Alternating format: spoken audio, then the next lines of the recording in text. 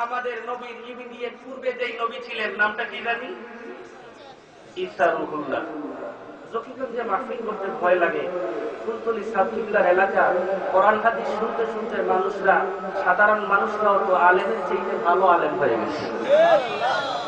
ভয় লাগে এমন আলেমদের সামনে কথা বলতে।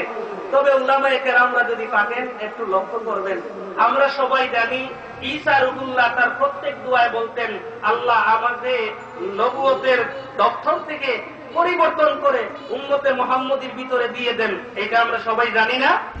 কথা বলেন, জানি না? কিন্তু বাংলাদেশের উলামায়ে কেরামদের সহ সাধারণ মানুষ যেই কথাটা জানি না, সেটা হলো বনি ইসরাইলের সবচাইতে দলিলুল কদর নবী, আল্লাহর নবী মুসা আলাইহিস সালাম আপনাকে আমাকে উনার উম্মতের ভিতরে নেবার জন্য 8 বার আল্লাহর কাছে দরখাস্ত করেছেন। বলতে পারেন হুজুর এইটার আবার দলিল? কারণ ওই যে আহলে হাদিস নামক একদল জানোয়ারদের আবির্ভাব হয়েছে বাংলাদেশে। হুজুররা ওয়াজ করলে এটা বুখারী মুসলিম ছাড়া অন্য কোনো হাদিসই মানি না। নাউযুবিল্লাহ বলেন। ইমাম বুখারী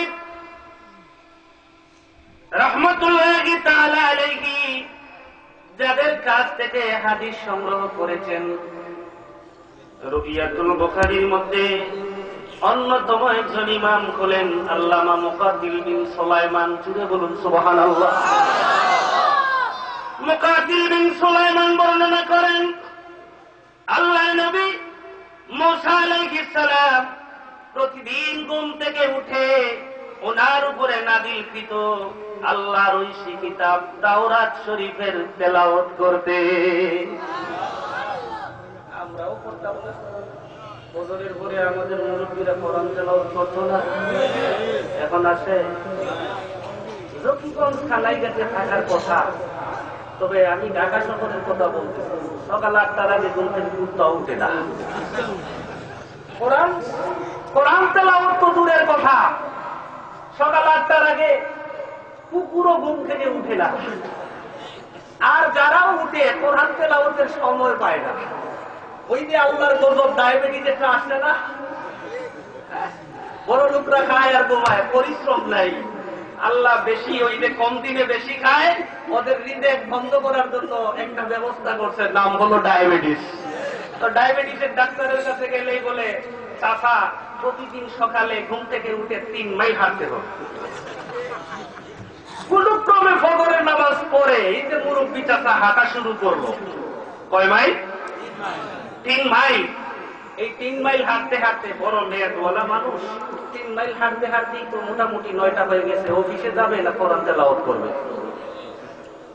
আল্লাহ এই ধরনের আচানক অসুস্থতা থেকে আমাদেরকে হেফাজত করুন। সবাই বলুন আল্লাহুম্মা আমিন।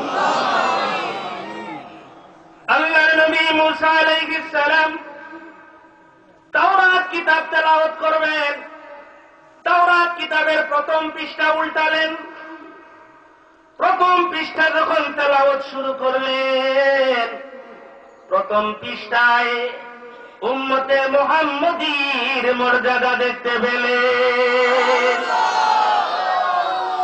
কার মর্যাদা? আমাদের কম না বেশি? কথা বলেন। অনেক। আমি রাজনৈতিক প্রোগ্রামে দাওয়াতও পাই না, রাজনীতি করি না হিসাবে রাজনৈতিক কোনো মাহফিলে তো যাওয়ার কথাও না। তবে আমার